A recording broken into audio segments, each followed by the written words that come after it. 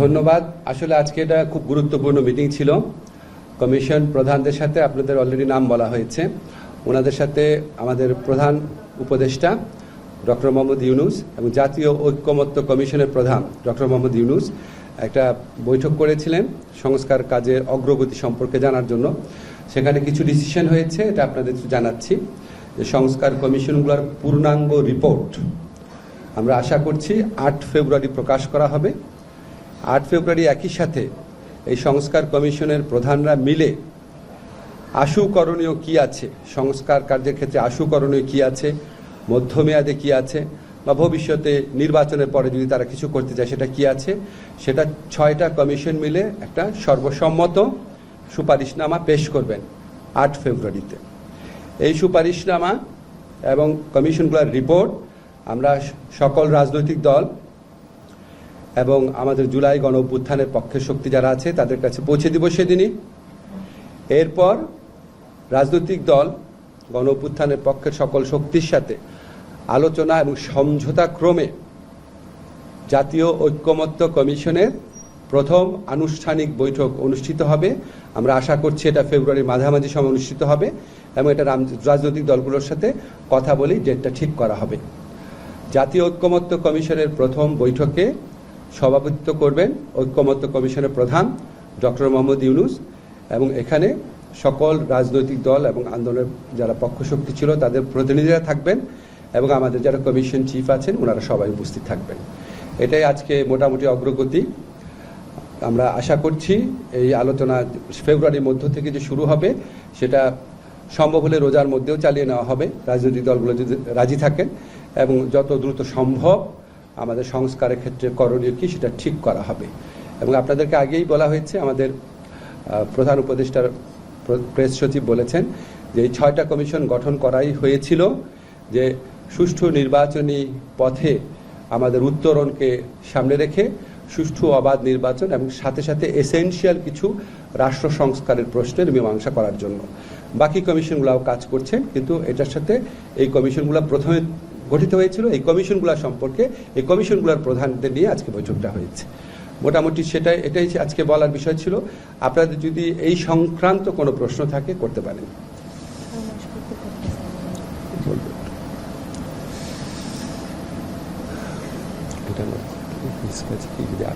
আমরা 5টা কোশ্চেন নিব, হলে তো আবার তোমার বিপদে পড়বো, বুঝছো না? তখন 6 কোশ্চেন হলো না। প্রশ্ন করতে আগ্রহী লোকজন দেখা যাচ্ছে না।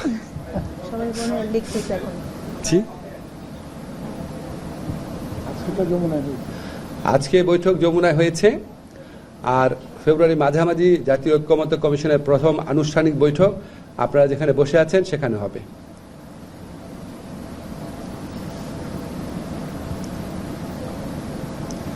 জি বলেন। বৈঠক অনুষ্ঠিত হবে সেখানে সংবিধান সংস্কার কমিশনের যিনি প্রধান আছেন তিনি তো সেই কমিশনেরও সম্ভবত সেকেন্ড ম্যান প্রফেসর ইউনূস।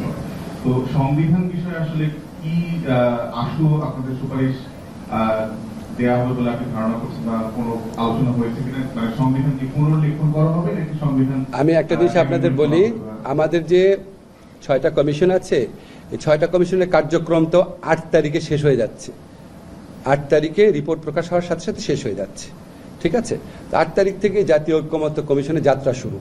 তো আলী রিয়াদ সাহেব যখন 8 তারিখের পর মধ্য ফেব্রুয়ারিতে আলোচনায় বসবেন, তখন উনি সংবিধান কমিটির প্রধান হিসাবে বসবেন না, জাতীয় ঐক্যমত্য কমিশনের যিনি আপনার ভাইস চেয়ারম্যান হিসাবে বসবেন। সংবিধানের ব্যাপারে আমাদের কোনো আলোচনা হয় নাই, আপনারা পত্রপত্রিকায় দেখেছেন। কমিশনের পক্ষ থেকে অনেক ব্যাপারে বলা হয়েছে। সংবিধানের ক্ষেত্রে কি পদ্ধতিতে ঐক্যমত্য প্রতিষ্ঠা করা হবে সেটা নিয়ে আলোচনা করা হয় নাই, বাট আমরা জানি সংবিধান নিয়ে বিভিন্ন পদ্ধতিতে ঐক্যমত করা সম্ভব।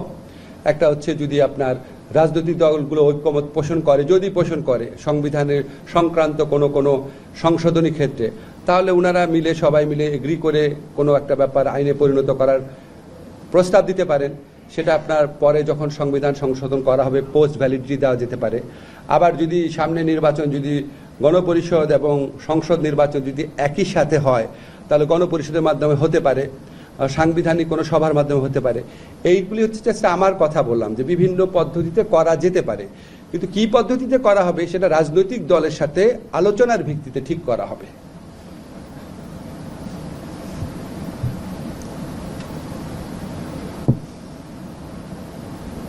Any question? টায়ার্ড হয়ে গেছে। Thank you. থ্যাংক ইউ, ঠিক আছে।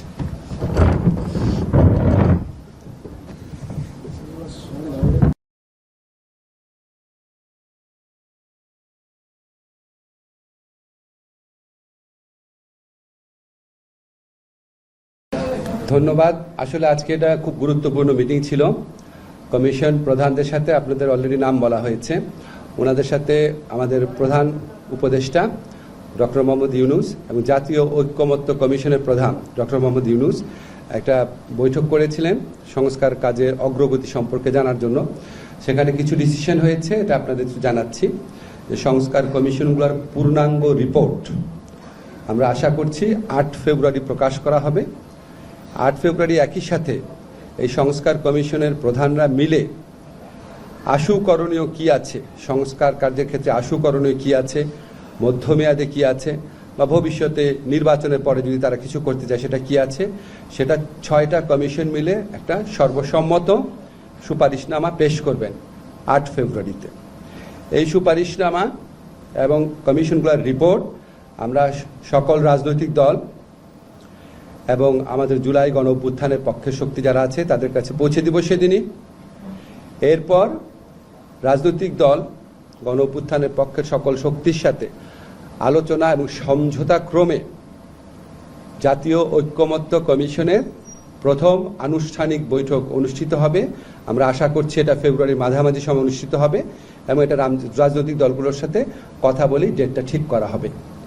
জাতীয় ঐক্যমত্য কমিশনের প্রথম বৈঠকে সভাপতিত্ব করবেন ঐক্যমত্য কমিশনের প্রধান ডক্টর মোহাম্মদ ইউনূস এবং এখানে সকল রাজনৈতিক দল এবং আন্দোলনের যারা পক্ষশক্তি ছিল তাদের প্রতিনিধিরা থাকবেন এবং আমাদের যারা কমিশন চিফ আছেন ওনারা সবাই উপস্থিত থাকবেন।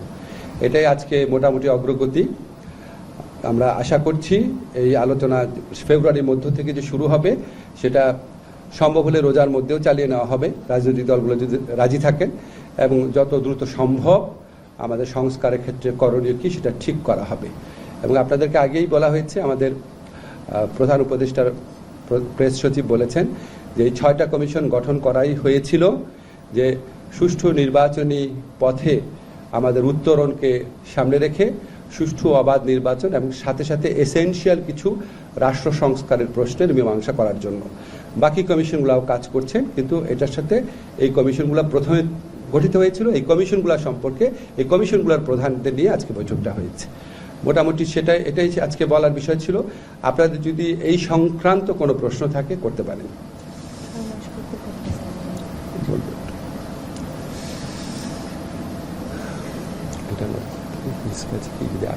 আমরা 5টা কোশ্চেন নিব, না হলে তো আবার তোমার বিপদে পড়বো, বুঝছো না? তখন 6 বছর না।